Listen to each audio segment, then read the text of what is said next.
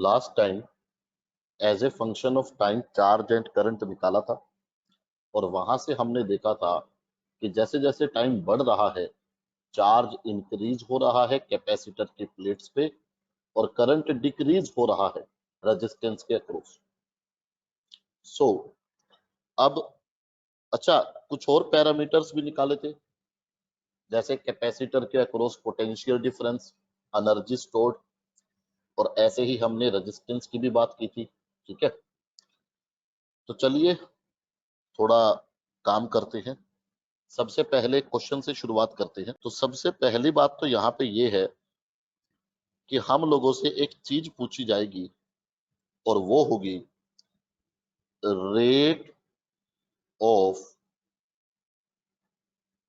Energy. तो rate of energy का मतलब क्या है? एनर्जी का टाइम डेरिवेटिव। ये मतलब होगा रेट ऑफ एनर्जी का। इसे लिख लो, क्योंकि अभी मैं एक क्वेश्चन दूंगा।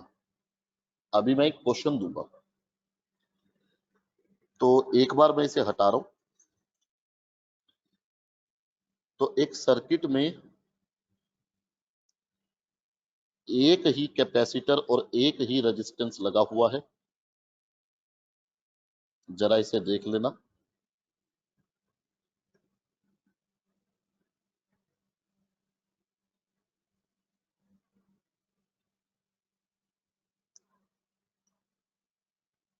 और यहाँ पे ये रेजिस्टेंस लगा हुआ है इस प्रकार से।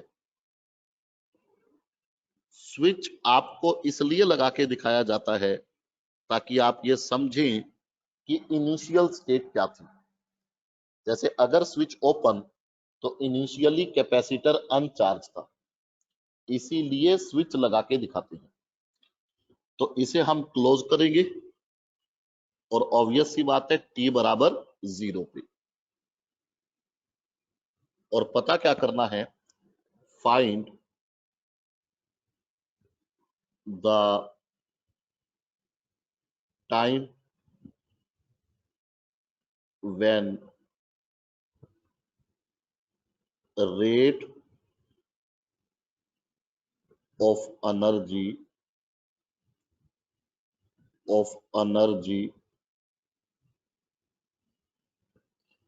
stored by capacitor is maximum। अभी लिखता हूं, stored by capacitor is maximum। Note करें, 1 मिनट का समय है, और क्वेश्चन नंबर ये है। 1 मिनट का समय है।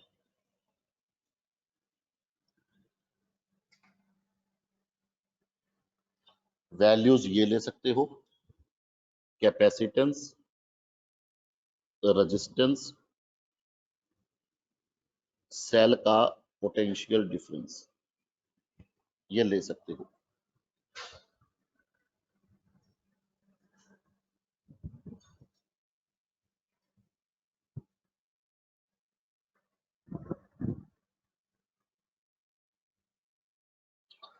ये ले सकते हो। मैं अलग कलर से लिख के दिखा देता हूं ताकि आपको ये नजर आ जाए।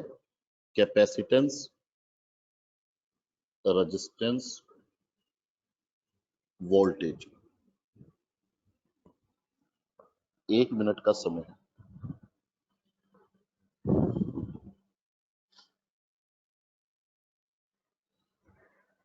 और एक बार फिर से सुने, टाइम डेरिवेटिव हुआ करता है एनर्जी का रेट ऑफ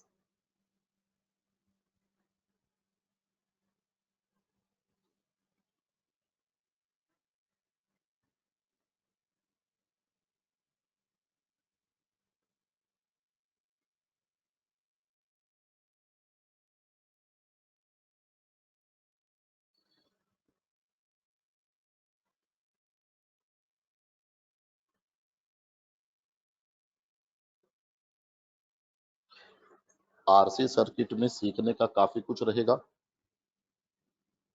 और जैसे 11th क्लास में प्रोजेक्टाइल मोशन में काफी रिजल्ट्स होते हैं, ऐसे ही यहाँ पे भी रहेंगे।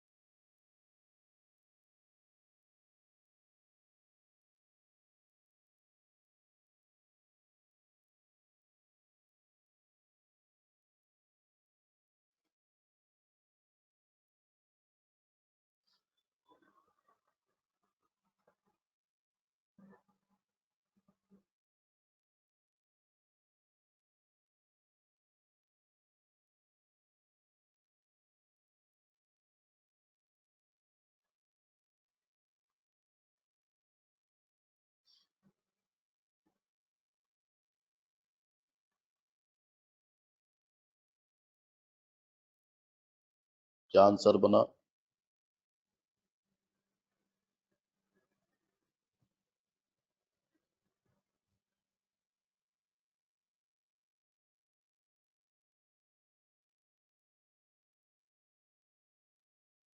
क्या आंसर बना?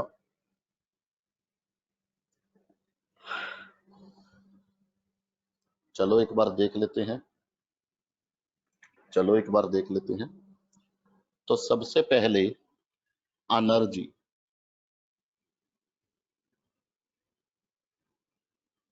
जो हमने निकाली थी, वो निकाली थी मैक्स एनर्जी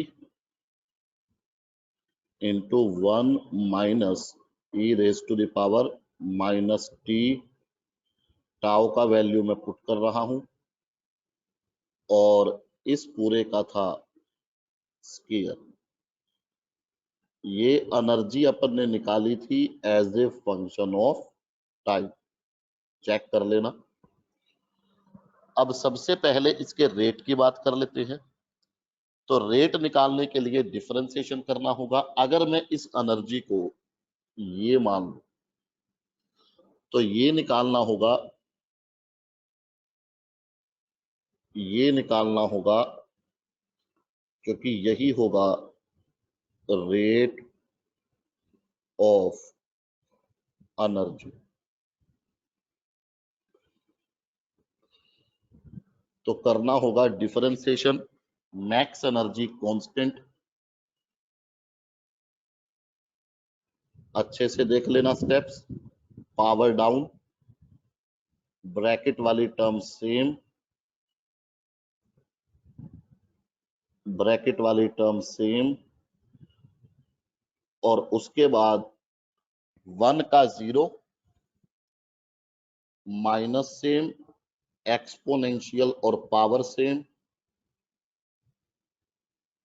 और फिर पावर का भी हुआ करता है -1/RC। आराम से चेक कर लेना इसे, आराम से, आराम से चेक कर लेना। डिफरेंशिएशन करने का तरीका अपने को आता है। जब अपन इसे सॉल्व करेंगे, एक मिनट, जब अपन इसे सॉल्व करेंगे, एक बार देखने दो जरा मेरे को। तो सबसे पहले ये माइनस माइनस प्लस हो जाएगा, आराम से चेक करो। और उसके बाद जब अपन मल्टीप्लाई करेंगे, तो ये बनेगा twice of e max upon इतना। आगे देखने दो, आगे बनेगा e raise to the power minus t upon r c, minus e raise to the power minus 2t upon, आराम से चेक करो इसे, आराम से चेक करो इसे। और ये मेरे पास रेट ऑफ एनर्जी निकल आया as a function of time. ये लिखना बहुत जरूरी है, as a function of time. अगर मैं इस रेट को ये मान लूं, मैंने अज्यूम किया है, तो इसी की ही मैक्स वैल्यू निकालनी है। तो कहने का मतलब ये है कि ये करना होगा फिर से, और 0 पुट करना होगा 4।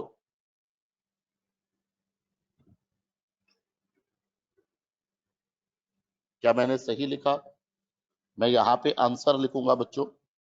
अगर कोई डिफरेंशिएशन ना कर पाए तो मुझसे पूछ लेना। इसका जो आंसर बनेगा, टाइम का वैल्यू बराबर आर सी इंटू, नोट करें इसके लिए, यहां तक नोट करें, यहां तक, यहां तक नोट करें। थोड़ा आगे बढ़ेंगे, 1 मिनट।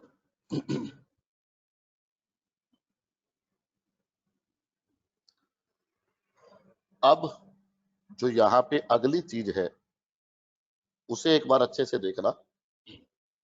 सबसे पहली बात तो ये है कि t बराबर 0 को यहाँ पे इनिशियल टाइम भी बोला जाएगा, और t बराबर इन्फिनिटी को, ये जो t बराबर इन्फिनिटी है ना, यहाँ पे एक दो अलग अलग प्रकार के नाम दिए जाएंगे। t बराबर इन्फिनिटी को यहाँ पे लॉन्ग टाइम भी बोल सकते हैं, और स्टेडी स्टेट टाइम भी बोल सकते हैं। अब ये स्टेडी स्टेट टाइम का क्या मतलब है? जब ग्राफ बनाया था चार्ज और टाइम का तो ऐसा बना था, तो इनफिनिटी पे कांस्टेंट हो गया था चार्ज। जो मैक्स वैल्यू थी वो कांस्टेंट थी t बराबर इन्फिनिटी पे, और उसी कांस्टेंट वैल्यू को क्या बोलते हैं? Steady value. आप चाहें तो नोट भी कर सकते हैं, चाहें तो नोट भी कर सकते हैं। तो लॉन्ग टाइम को स्टेडी स्टेट टाइम भी यहाँ पे बोला जाता है, क्योंकि इस टाइम पे कैपेसिटर की प्लेट्स पे चार्ज मैक्स हो जाता है और कांस्टेंट हो जाता है। इसका मतलब स्टेडी हो जाता है। तो इसे मैं एक बार हटा रहा हूं।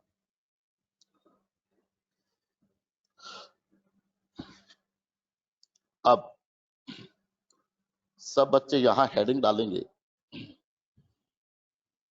Circuit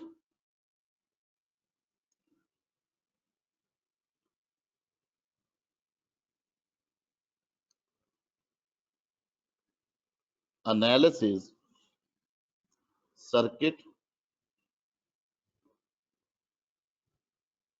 analysis at 0 second and infinity यानी लॉन्ग टाइम ऑन द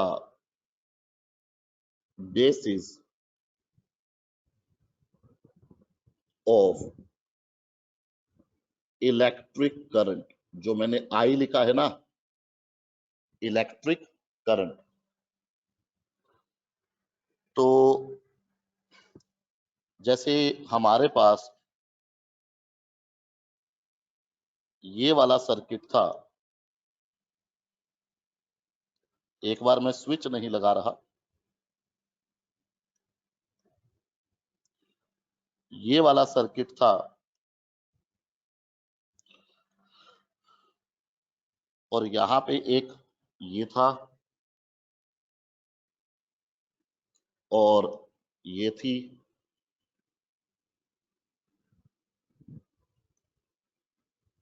तो अगर आप याद करें तो आप ये पाएंगे कि सर्किट ने जो करंट दिया था, that is current given by cell, वो करंट इतना था,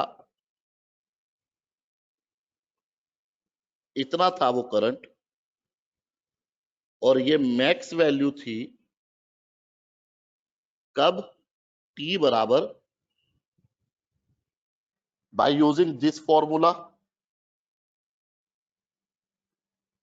बाय यूजिंग दिस फॉर्मूला, अगर आप लोगों को याद हो तो, बाय यूजिंग दिस फॉर्मूला।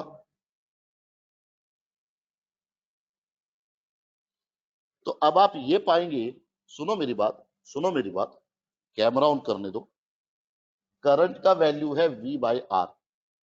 तो आप ये पाएंगे कि ये तो सिर्फ तभी होगा जब एक सेल होगी जिसका पोटेंशियल डिफरेंस V होगा, और एक कैपेसिटर होगा, सॉरी, एक रेजिस्टेंस होगा जिसकी रेजिस्टेंस वैल्यू R होगी। तो रेजिस्टेंस R को अगर सेल से जोड़ दूं हैविंग वोल्टेज V, तो करंट कितना बन जाएगा? V bye R। तो अब आप इसमें ये पाएंगे कि भाई इतना करंट तो तभी होना चाहिए जब सेल और रेजिस्टेंस हो। तो सेल और रेजिस्टेंस सिर्फ कब हो सकता है? एक बार देख लो जरा, ये सारा एक बार मैं हटा रहा हूं। तो ऐसा सिर्फ तब हो सकता है,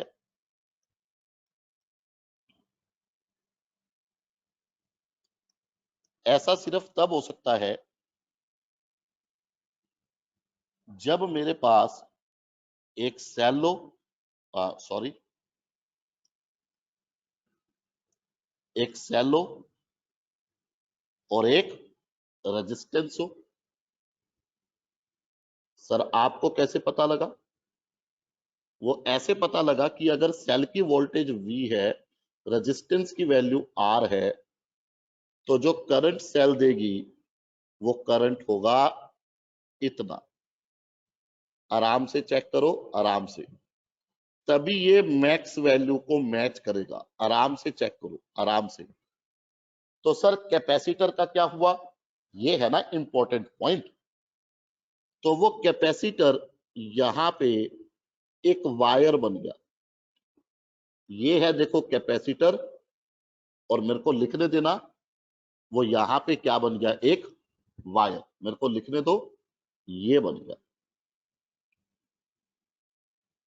ये पॉइंट समझने का है, ये पॉइंट समझने का है कि हमने ये देखा 0 सेकंड पे करंट की वैल्यू V बाई R है RC सर्किट में, जो सिर्फ तभी हो सकती है जब एक सेल हो, वोल्टेज V की, और एक रेजिस्टेंस हो R वैल्यू का।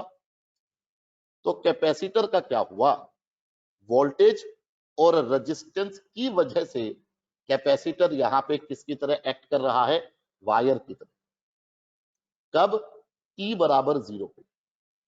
और यही तो सर्किट का एनालिसिस है T बराबर 0 पे, कि T बराबर 0 पे हुआ क्या? T बराबर 0 पे सर्किट में करंट मैक्स था, V बाय R था। On the basis of this we just analysed capacitor is acting as a wire at 0 seconds. और मेरे को यहां पे लिखने दो, क्योंकि अभी यहां पे क्वेश्चंस कर, एक रेजिस्टेंस और एक बैटरी होगी जिसका पोटेंशियल डिफरेंस V होगा, तभी करंट V बाई R हो सकता है। बार बार इसलिए रिपीट कर रहा हूं ताकि आपको याद हो जाए, क्योंकि आपके लिए नई चीज है। तो ऐसा कब होगा? जब, प्लीज इसे नोट करें, जब when capacitor acts like wire. ये जरूरी है। कब? 0 सेकंड्स पे।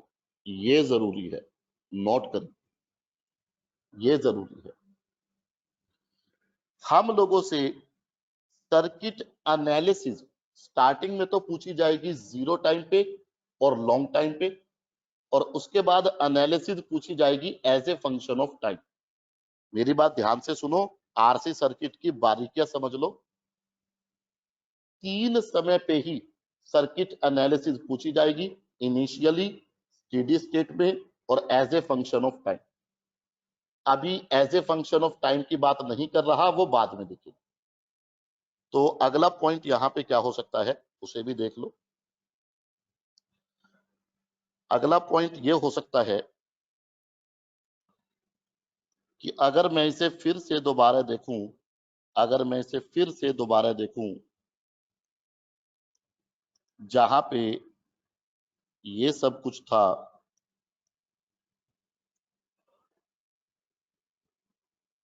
तो आप यहां पे ये पाएंगे, यहां पे लगा हुआ है एक रेजिस्टेंस। मैं वैल्यूज नहीं लिख रहा, वो हमें पता है।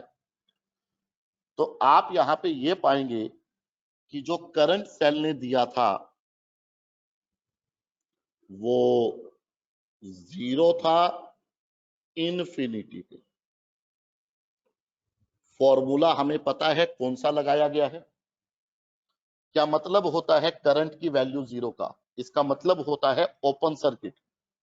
सुनो मेरी बात, इसका मतलब होता है ओपन सर्किट। ओपन सर्किट में ही करंट 0 होता है। क्लोज कर देंगे तो करंट फ्लो होना शुरू हो जाएगा। तो क्या हुआ कैपेसिटर का? In order to open the circuit, मेरी लाइन ध्यान से सुनना, in order to open the circuit, इस केस में जो कैपेसिटर है, चेक करना, पहले मेरे को ये लगाने दो, और यहां पे एक रेजिस्टेंस है, मैं वैल्यूज नहीं लिख रहा। In order to open the circuit, capacitor इस केस में शॉर्ट हो जाएगा। मैं ये जरूर लिखूंगा ये कैपेसिटर है, और सर्किट को ओपन करने के लिए ये शॉर्ट हो गया। मेरे को लिखने दो, इंपॉर्टेंट है। क्या हुआ? Gets short for opening the circuit. Please note करो। और ऐसा हुआ कब? दो बातें हैं, कैमरा ऑन करने देना। दो बातें हैं। पहली कि 0 सेकंड और स्टेडी स्टेट में कैपेसिटर का क्या हुआ। कैपेसिटर की ही बात करनी है, कैपेसिटर की ही बात करनी है सर। कारण क्योंकि हम करंट की बात कर रहे हैं, और करंट में कैपेसिटर का रोल नहीं होता, रेजिस्टेंस का रोल होता है। तो रेजिस्टेंस तो लगा रहेगा। तो हमें किसकी बात करनी है? While talking about current, capacitor की। तो 0 सेकंड पे कैपेसिटर का क्या हुआ? वो एक वायर बन गया। और लॉन्ग टाइम पे क्या हुआ? वो शॉर्ट हो गया। लॉन्ग टाइम पे क्या हुआ? वो शॉर्ट हो गया। एक्सप्लेनेशन तो अपन ने देख ली, ये पॉइंट आपको याद रखना। अब इसमें सबसे इंपॉर्टेंट बात यह है कि जब सर्किट में एक ही कैपेसिटर, एक ही रेजिस्टेंस, एक ही सेल हो, तो उसे बोलते हैं सिंपल सर्किट, आसान वाले। पर अगर number of capacitors, resistances and so on ऐसे हो, तो उसे बोलते हैं कॉम्प्लेक्स सर्किट। तो अभी हम अपनी एनालिसिस कुछ कॉम्प्लेक्स सर्किट्स में लगाएंगे। तो सबसे पहला क्वेश्चन देखते हैं, एक मिनट। अपनी एनालिसिस अब कुछ कॉम्प्लेक्स सर्किट्स में लगाएंगे, ठीक है ना? तो एक बार जरा देखते हैं क्या चीज है। Let me check the numerical, let me check the numerical. तो बनाओ सर्किट, बनाओ circuit.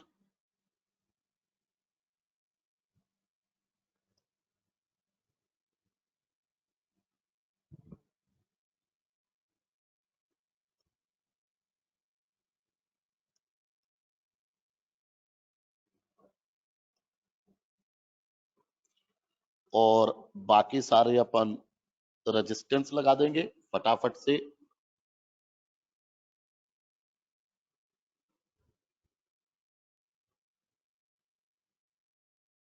Question number, voltage, resistance, ये वाला, ये कैपेसिटेंस, और ये करना क्या है? फाइंड करंट जो सेल देगी एट t बराबर 0 एंड इनफाइनाइट।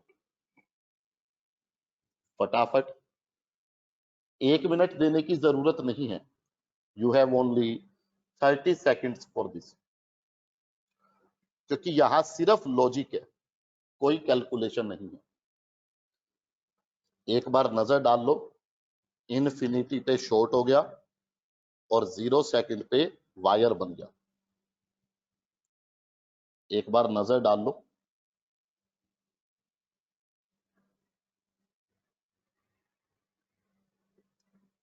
अब सिर्फ लॉजिक्स आएंगे। 27/4R, 27V/4R। अभी देखते हैं, लग तो सही रहा है, चेक करते हैं। तब तक एक बार नजर डाल लूं क्लास के स्टूडेंट्स पे।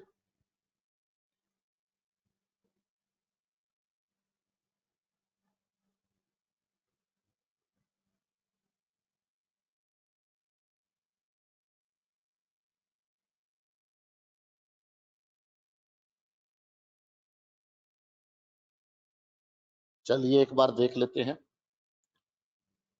देखो 0 सेकंड और इनफिनिटी पे सर्किट में जो चेंजेस होंगे वो हमें पता लग गए। तो यहाँ पे मैं स्टूडेंट्स को हर साल ये सजेस्ट करता हूं कि देखो मैं तो बार बार नहीं बना सकता, उसमें तो बहुत समय लगता है। तो मैं हर साल स्टूडेंट्स को ये सजेस्ट करता हूं कि मैं जो भी चेंजेस करूंगा आप उस सर्किट को अलग से नोट कर लो, ताकि आपको ये पता लग जाए किस टाइम पे सर्किट में क्या चेंज हुआ है। मेरा कहने का मतलब ये है कि अगर मैं 0 सेकंड्स की बात करूं, सिर्फ लॉजिक्स है और कुछ भी नहीं, सिर्फ लॉजिक्स। तो 0 सेकंड पे ये कैपेसिटर वायर बन गई। तो अब मेरा कहने का मतलब ये है कि इसे बना लो और इसके साथ ये लिख लो कि भाई ये 0 सेकंड्स पे है। ये मैं हर साल सभी स्टूडेंट्स को सजेस्ट करता हूं। तो अगर ये वाली बात है तो आपको मेरा तरीका पता है सीरीज और पैरेलल दिखाने का।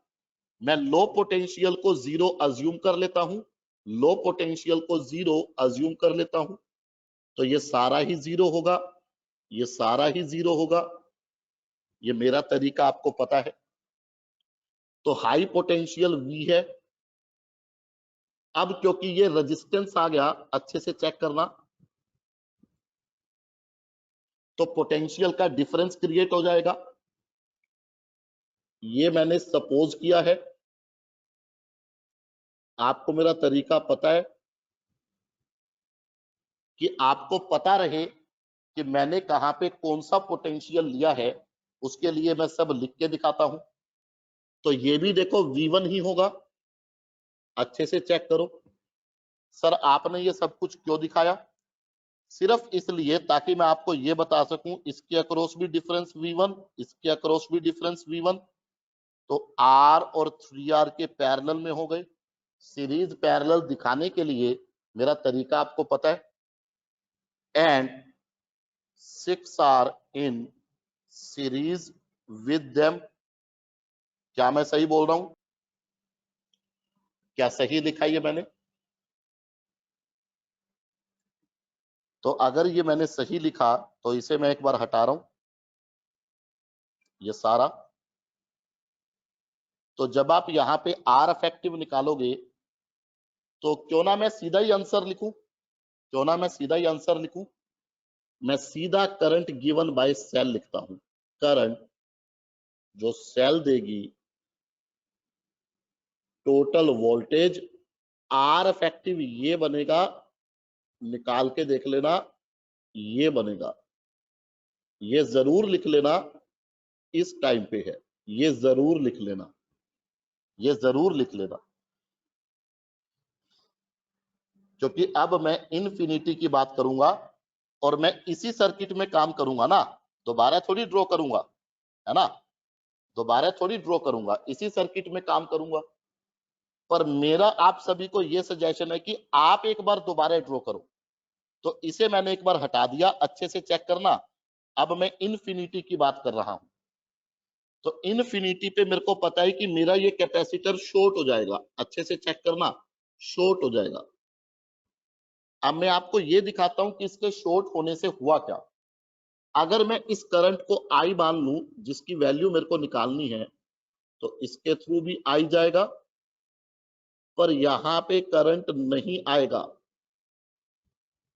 क्योंकि वायर शॉर्ट हो गई। तो यही I इसके थ्रू भी चला जाएगा। आराम से चेक करो, आराम से चेक करो। तो इसके अक्रॉस और इसके अक्रॉस करंट सेम हो गया, ये सीरीज में आ गए, और इसका कोई भी रोल नहीं आया क्योंकि इसके अक्रॉस करंट 0 है। आराम से चेक करो। जो गुलाबी बॉक्स में है वो सीरीज में क्योंकि सेम करंट, और जो आर वाला है उसका कोई रोल नहीं है क्योंकि उसके अक्रॉस करंट कितना है, 0। तो अगर मैं करंट गिवन बाय सेल देखूं तो मेरे को बड़ी आसानी से मिलेगा total voltage by total resistance, 6R और 3R का सीरीज, और ये है T बराबर। तो आज के लेक्चर में अब कोई कैलकुलेशन नहीं है, सिर्फ लॉजिक्स है। और एक बार मेरे को चैट बॉक्स में बता दो क्या यहां तक क्लियर हुआ, ताकि हम कंफर्टेबली आगे बढ़ सके। क्या यहां तक क्लियर हुआ सभी को? बस मेरा एक सजेशन मानना, स्ट्रॉन्ग सजेशन है सभी को, स्ट्रॉन्ग। जिस समय की बात की जाए उस समय पे सर्किट को अलग से बना लेना, ताकि आपको यह पता लग जाए कि भाई इस गिवन समय पे सर्किट की ये स्टेट थी, उसे अलग से बना लेना ताकि एनालिसिस अच्छे से हो जाए। थोड़ा सा आगे बढ़ते हैं, अगला क्वेश्चन देखते हैं क्या है।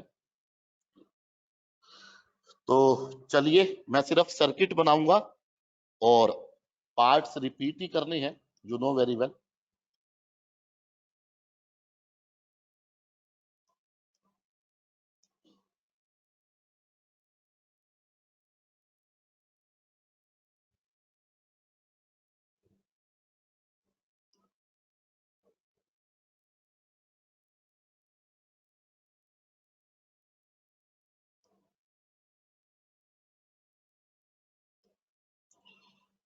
देखो, अभी तो अपन नंबर ऑफ रेजिस्टेंसेस ही बढ़ा रहे हैं। एक ये चीज भी गौर करना कि अभी तो अपन ने सिर्फ रेजिस्टेंसेस बढ़ाए हैं, कैपेसिटर और सेल अभी भी एक एक ही है। वो क्वेश्चंस भी देखेंगे जिसमें कैपेसिटर्स भी बढ़ेंगे और सेल भी, एक एक स्टेप करके आगे बढ़ेंगे। तो चलिए, बाकी सारे हम समझ गए, रेजिस्टेंस है, वैल्यू लिखते ही सॉल्व करना शुरू कर देना।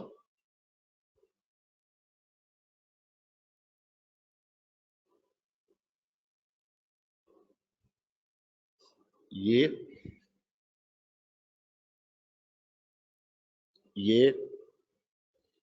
उसके बाद ये सारे सॉल्व करना शुरू कर दो, सेम चीज निकालनी है, और क्वेश्चन नंबर ये है,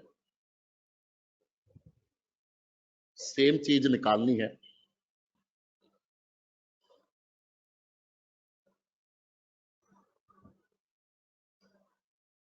सॉल्व करना शुरू कर दो।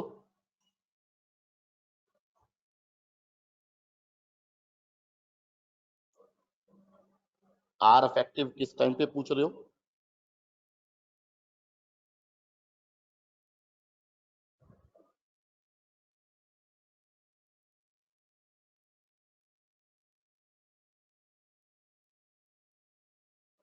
चलिए चेक करते हैं, आंसर्स तो आए हैं मेरे पास।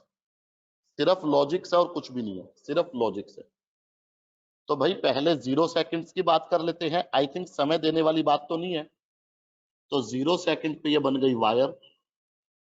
देखो, अब मेरा तरीका देख लेना बच्चों, सीरीज और पैरेलल दिखाने का। अगर मैं इसे 0 वोल्ट मानूं तो ये भी 0 वोल्ट, तो ये V वोल्ट होगा। मेरा सीरीज और पैरेलल दिखाने का तरीका देख लेना। ये रेजिस्टेंस आ गया तो पोटेंशियल बदल जाएगा। तो मैंने यहां पे अज्यूम कर लिया, यू नो वेरी वेल, तो ये भी V1 होगा। अच्छे से चेक करो, अच्छे से चेक करो, जल्दी कोई नहीं है, जल्दी कोई नहीं है। तो चलिए फर्दर अगर एनालिसिस करें, जो मेरे को पता है कि आप समझ चुके हैं, पर एक बार मैं एक्सप्लेन कर देता हूं। तो इसके अक्रॉस V1, इसके अक्रॉस भी V1, तो ये मैंने नंबर 1 बोला, ये नंबर 2 बोला, ये नंबर 3 बोला। तो 1 2 इन पैरेलल एंड 3 इन, फटाफट से आगे बढ़ पाए तो ये बता दो ये सही लिखा है क्या और क्लियर हो गया क्या, ताकि मैं ये सारा रब कर दूं। फटाफट से आगे बढ़ पाए तो ये बता दो ये सीरीज पैरेलल समझ में आ गया। पोटेंशियल डिफरेंस सेम है तो पैरेलल में भाई। तो चलिए चलिए एक बार देख लेते हैं। इसे मैं हटा रहा हूं यहां से, इसे मैं हटा रहा हूं। तो अब हमें यह पता लग गया कि 1 और 2 पैरेलल में, इसके अक्रॉस देखो V1 है, तो ये दो पैरेलल में है और उसके साथ ये वाला सीरीज में आएगा। चेक इट प्रॉपरली प्लीज, बार बार पॉसिबल नहीं होता बताना। तो चलिए थोड़ा सा आगे बढ़ते हैं। तो अब मैं करंट सीधा लिख रहा हूं, सीधा सीरीज पैरेलल, क्योंकि मैंने बता दिया। तो जो करंट बनेगा V बाय, ये होगा R इफेक्टिव 3R/2, ये होगा। और कब? इस टाइम पे। नोट करो, क्योंकि अगला पार्ट यहीं पे ही सॉल्व करूंगा, अगला पार्ट यहीं पे ही सॉल्व करूंगा। अगले पार्ट में करना क्या है, कैपेसिटर को शॉर्ट करना है। आराम से चेक करो, शॉर्ट करना है। तब तक मैं ये हटा रहा हूं और थोड़ा एनालिसिस कर लेते हैं सर्किट का। ये भी मैं एक बार हटा रहा हूं, जरूरत पड़ेगी तो दोबारा भी लिख सकते हैं, पर इसे एक बार चेक कर लेंगे कि अगर ये करंट है तो देखो यहां पे नहीं जाएगा क्योंकि शॉर्ट हो गया है, तो सारा यहां पे आ जाएगा। आराम से चेक करो। और वही करंट यहां पे भी आएगा। आराम से चेक करो, आराम से। तो फिर से इस वाले का तो कोई यूज ही नहीं आया क्योंकि इसके थ्रू तो करंट ही नहीं है।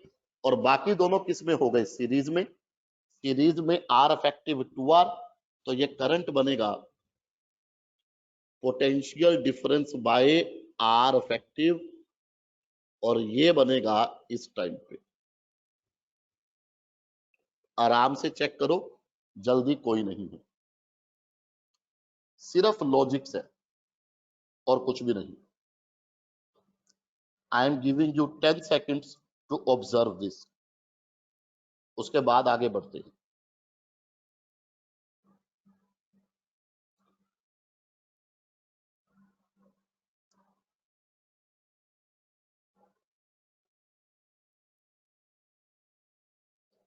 अब यहां पे नेक्स्ट चीज क्या है, देखो अगर हम किसी भी चीज की बारीकियां जान ले तो हमारे लिए काम करना बहुत इजी हो जाता है। आप सोचिए ज्यादा से ज्यादा हमसे क्वेश्चंस में क्या पूछ सकते हैं, थोड़ा सोचते हैं, थोड़ा विचार करते हैं इस चीज पे।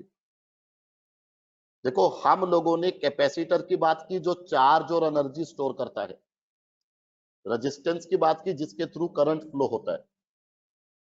तो हमसे चार्ज पूछ सकते हैं इनिशियली और स्टेडी स्टेट में as a function of time.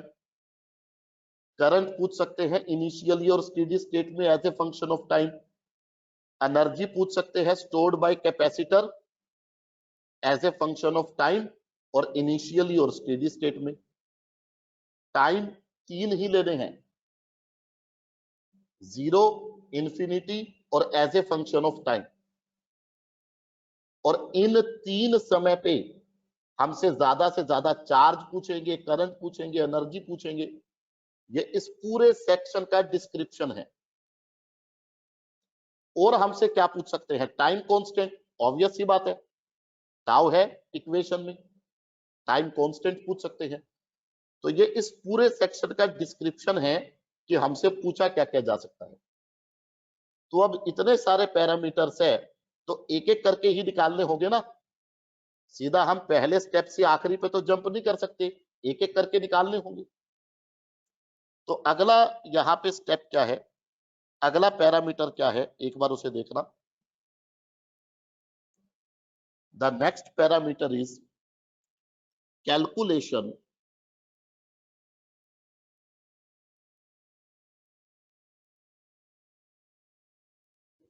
Of max charge. देखो, अगर मैक्स पूछ रहा है तो कन्फर्म है, इस टाइम पे है, समझना है अपने को। ऑन प्लेट्स ऑफ, नोट करें, ये अगला स्टेप है, ये अगला पैरामीटर है जो हमें फाइंड आउट करना है। आराम से चेक करो, आराम से। कुछ क्वेश्चंस जो आ रहे हैं मैं आंसर करूंगा, प्लीज वेट करें, प्लीज वेट करें, मैं डेफिनेटली आंसर करूंगा, डू नॉट वरी, मैं डेफिनेटली आंसर करूंगा। सो एक मिनट, एक मिनट, चलिए। बार बार इन्हीं सर्किट्स को बनाते रहेंगे और अलग अलग पैरामीटर्स निकालते रहेंगे,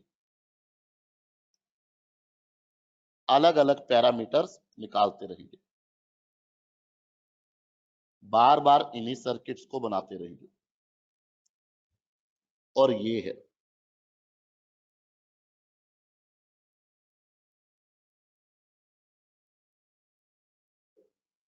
ये लिख लो, आपको पता ही है।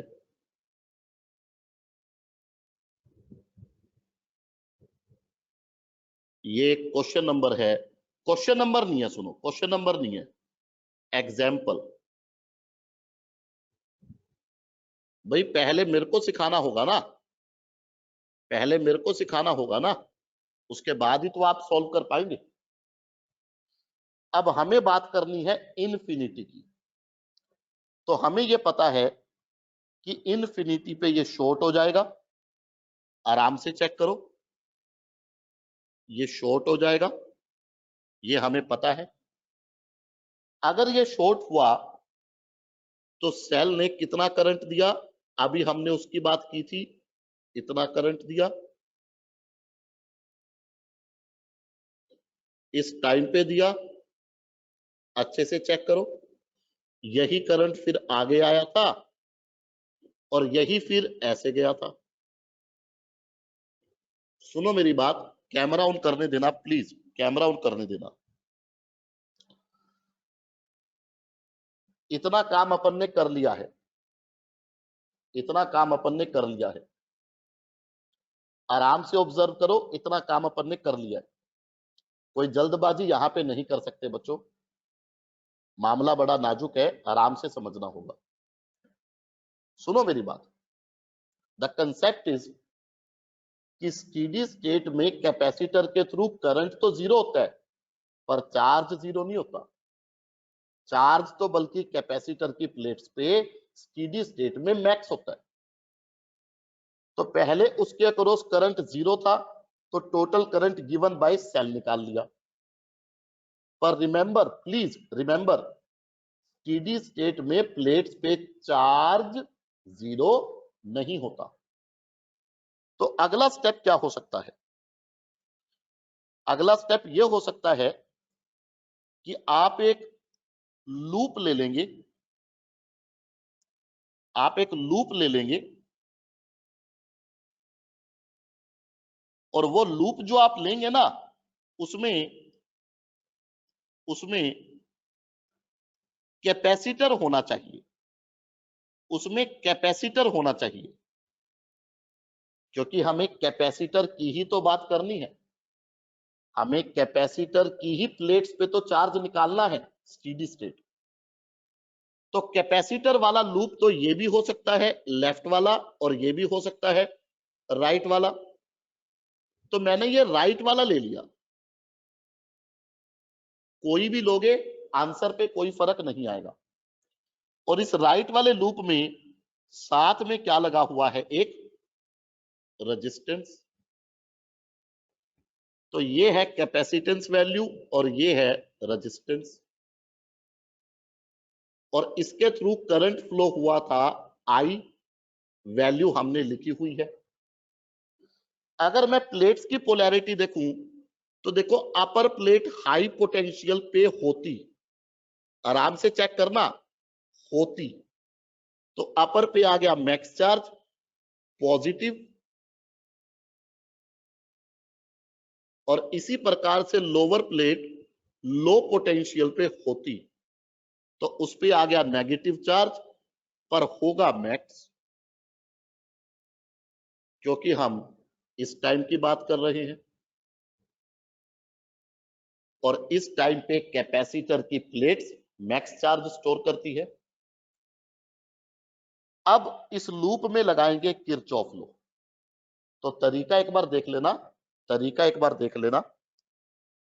अगर मैं किरचॉफ लॉ लगाऊं तो मैं यहां से स्टार्ट कर रहा हूं और ये वाला पाथ ले रहा हूं मेरी इक्वेशन, ताकि आपको समझ आ जाए। तो मैं यहां पे लिखूंगा QMax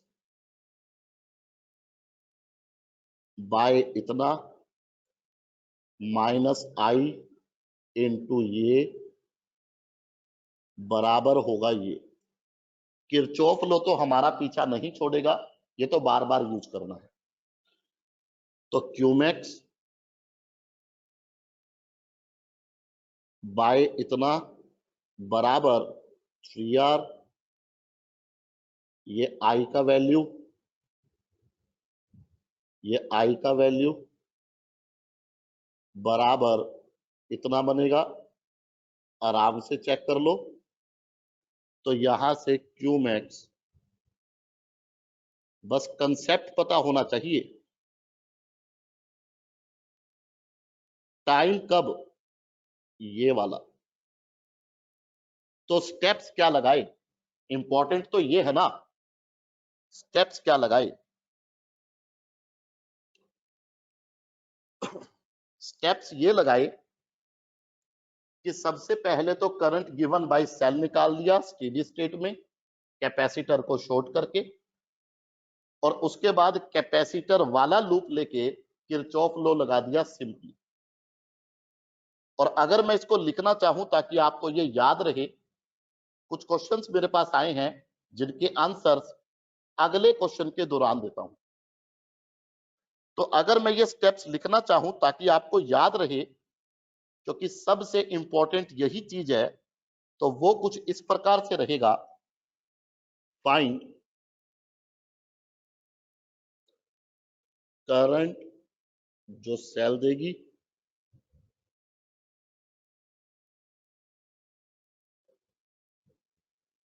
take capacitor loop and use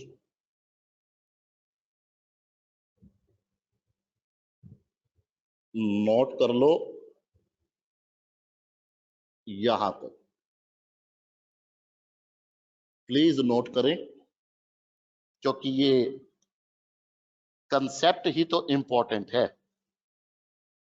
concept की ही तो कीमत होती है, और तो कीमत किसी चीज की होती ही नहीं फिजिक्स में। आराम से चेक करना, आराम से, आराम से चेक करना। अब कुछ बच्चों ने मुझसे यह पूछा कि आर वाला रेजिस्टेंस क्यों नहीं लिया, और वो एकदम सही पूछा, जिसका आंसर अभी ही करना पड़ेगा आगे बढ़ने से पहले। तो ये आर वाला रेजिस्टेंस है। तो जब कैपेसिटर शॉर्ट हुआ था तो उसके थ्रू करंट 0 था, इस वजह से नहीं लिया। आराम से चेक करना, आराम से, इस वजह से नहीं लिया, आराम से चेक करना। तो कुछ क्वेश्चंस ऐसे होते हैं जिनके साथ साथ आंसर्स करना बहुत जरूरी होता है। अब चलो इसी क्वेश्चन पे दोबारा बढ़ते हैं, ठीक है। और यहां पे एक काम करो ना, 14th 15th लिख लो। दोबारा क्यों बनाई, दोबारा क्यों बनाई? कोशिश करो क्यू मैक्स निकालने की, इस पे निकालना है क्यू मैक्स। कुछ सेकंड्स में आपको दे रहा हूं, एक बार कोशिश कर लो। बार बार क्यों बनाएं, समय बचाएंगे ना अपना। इससे अगला न्यूमेरिकल तब तक देख लेता हूं।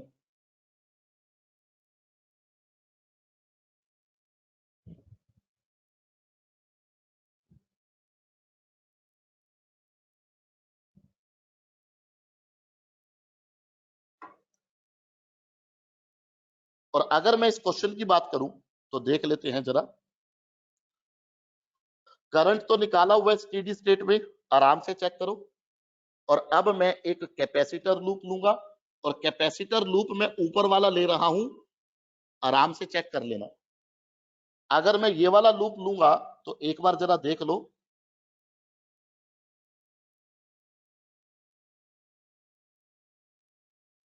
जरा देख लो एक बार। मैं सारे रेजिस्टेंस लगा के दिखा रहा हूं। पिछले केस में एक छोड़ दिया था ना, यहां सारे लगा के दिखा रहा हूं। ये भी है,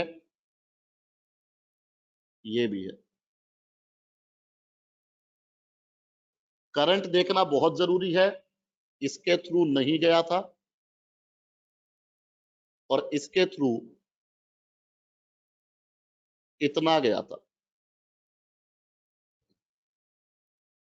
ये मैंने लूप 1 लिया है, जिसमें मैं ये पॉइंट लूंगा, ये पाथ लूंगा, वो कोई भी लो, आपकी इच्छा होती है। अगर मैं लेफ्ट प्लेट को देखूं तो हाई पोटेंशियल पे होती, यानी उस पे होगा पॉजिटिव चार्ज, स्टेडी स्टेट में मैक्स होगा। तो दूसरे पे होगा ये। अब मैं फटाफट इक्वेशन लिखूंगा, आंसर लिखूंगा। तो ये बनेगा माइनस ऑफ ये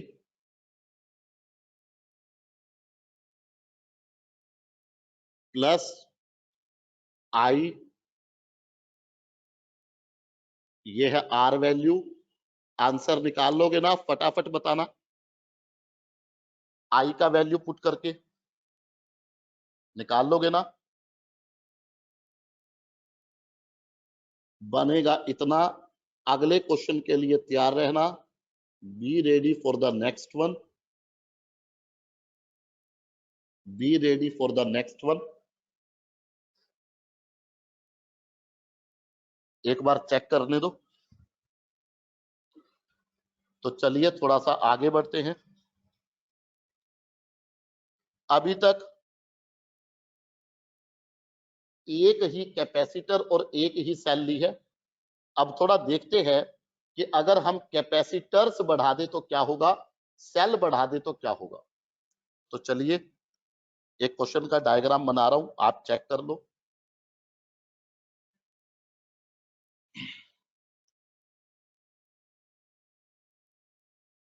जरा चेक करना।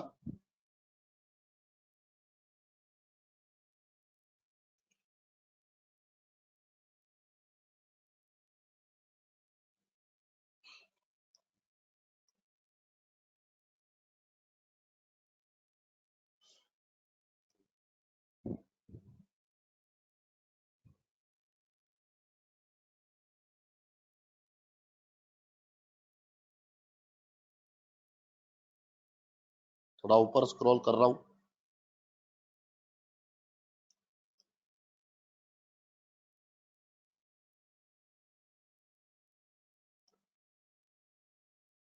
एक कैपेसिटर तो ये लगा रखा है, और दूसरा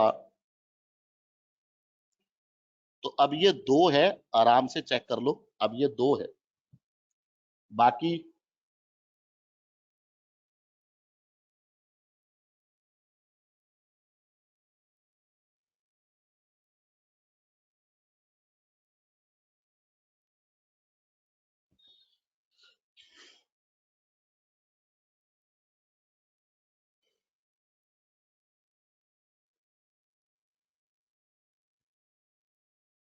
क्यू मैक्स निकालना है दोनों पे। स्टार्ट हो जाओ।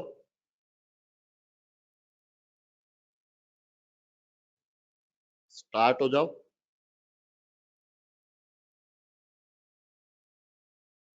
लिखने की जरूरत नहीं है।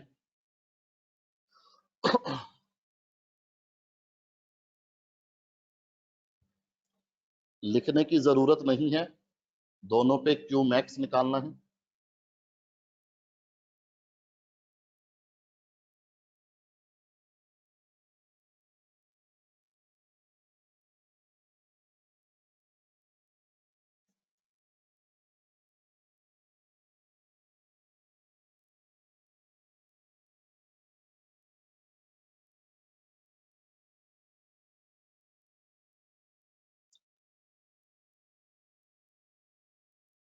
थ्री सीवी और 3 CV/2 अभी देखते हैं।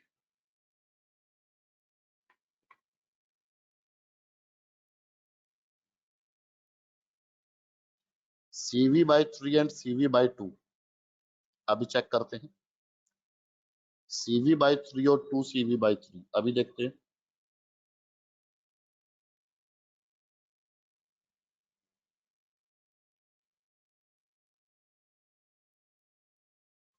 और बताओ। CV/3 and 2 CV/3। चलो फिर एक बार चेक कर लेते हैं। चलो फिर एक बार चेक कर लेते हैं। सबसे पहले तो इन दोनों को शॉर्ट कर दो, यू नो वेरी वेल। तो ये मैंने यहाँ पे शॉर्ट कर दिया, आराम से चेक कर लो। ऐसा करने के बाद एक बार करंट का पाथ बना लेते हैं। तो मैंने माना कि सेल ने करंट दिया इतना, ये यहां पे आएगा, ये यहां पे जाएगा, यहां पे बटना चाहिए था पर यहां पे नहीं जाएगा क्योंकि सर्किट शॉर्ट है, तो ये सारा ऊपर चला जाएगा, ये आगे आ जाएगा। थोड़ा देखते हैं करंट का पाथ अच्छे से। फिर ये नीचे आ जाएगा, फिर ये ऐसे आएगा, ऐसे फ्लो होगा, यहां पे आके फिर बटना चाहिए था पर यहां नहीं जाएगा, तो सारा यहां चला जाएगा और इसके बाद घूम फिर के ऐसे ऐसे घूम फिर के ये वाला पाथ अपना बना लेगा। आराम से चेक करना, आराम से। तो आप ये पाएंगे कि हो सकता है यहाँ पे सीधा सीरीज पैरेलल देखना तो मुश्किल हो, पर आप ये पाएंगे कि इसके थ्रू और इसके थ्रू करंट सेम है। और अगर करंट सेम है तो ये सीरीज में हो गए। तो सीरीज पैरेलल देखने के जो भी तरीके बताए थे, किसी क्वेश्चन में कोई तरीका लग जाएगा तो किसी दूसरे क्वेश्चन में कोई और तरीका लग जाएगा। तो इनका अफेक्टिव 3R होगा सीरीज में। तो ये जो सेल ने करंट दिया है ये इतना होगा। आराम से चेक करो और इस टाइम पे होगा। आराम से चेक करो प्लीज। अब मैं ये वाला लूप ले लेता हूं, अलग से बनाऊंगा, ऑब्वियस सी बात है। तो अगर मैं ऐसा करता हूं, मैं एक कैपेसिटर के अक्रॉस निकाल के दिखाऊंगा, सिमिलरली दूसरे के अक्रॉस भी अपन निकाल पाएंगे, उसमें कोई प्रॉब्लम नहीं है। तो ये दो मैंने यहां पे रेजिस्टेंस लगा दिए और ये मैंने लूप 1 लिया है मैं ये वाला पॉइंट ले लूंगा, ये वाला पाथ ले लूंगा, ये मेरा कैपेसिटर है, ये मेरे रेजिस्टेंस है, और क्या क्या है मैं आपको बताता हूं, 1 मिनट दो। लेफ्ट प्लेट हाई पोटेंशियल से जुड़ी होती, आराम से चेक करो, तो लेफ्ट प्लेट पे आएगा प्लस क्यू मैक्स, ये राइट पे, इसके अक्रॉस करंट गया था, इतना गया था, इसके अक्रॉस करंट 0 था। सारी इंफॉर्मेशन लिखने से कंसेप्ट आपका बहुत अच्छे से क्लियर हो जाएगा। तो अब मैं यहां पे लिखूंगा ये वाली चीज, फटाफट लिख रहा हूं,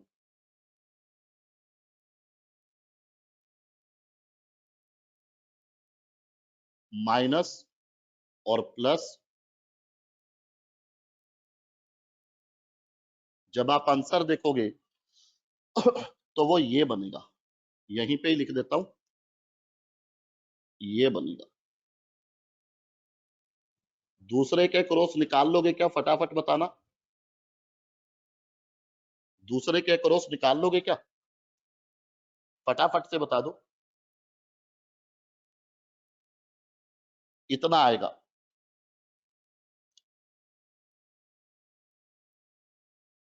नोट कर लो, इतना आएगा, नोट कर लो।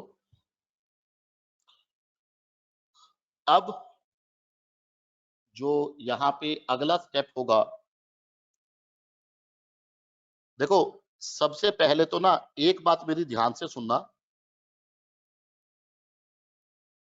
मेरा सब बच्चों को स्ट्रॉन्ग सजेशन है, जो पैरामीटर निकाले है ना, जो पैरामीटर, उसको एक जगह पे निकालने का तरीका लिख लेना।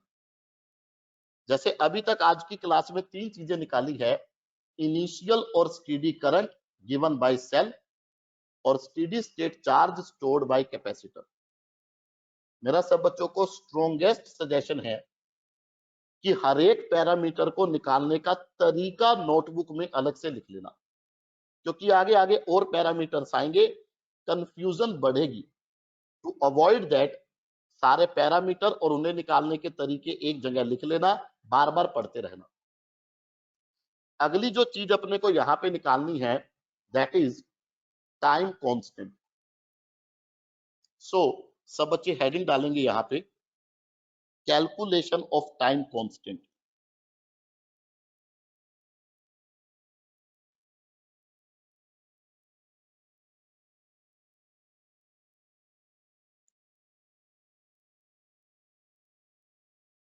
इसके लिए एक फॉर्मूला होता है, मैं लिख रहा हूं, याद रखना। वो ये होता है, चार्ज स्टेडी स्टेट में जो कैपेसिटर ने स्टोर किया, इनिशियल करंट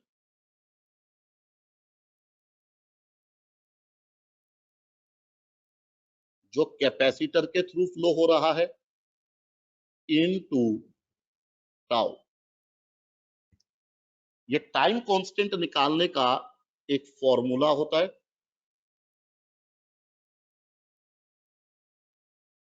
जिसे सब बच्चों को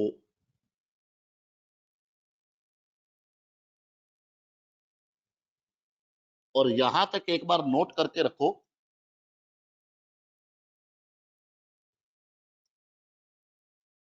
ये नोट करके रखो, टाइम कांस्टेंट की ही कैलकुलेशन से आगे बढ़ेंगे। और जैसे ही हम टाइम कांस्टेंट निकाल लेंगे, we will find charge on the plates of capacitor, current flowing through resistance as a function of time. और ये टाइम कांस्टेंट मैं आपको दो तरीके से निकाल के दिखाऊंगा। एक तरीका बड़ा होगा, जो ये फॉर्मूला बताया है, ये वाला। The second one will be quite short, the second one will be quite short.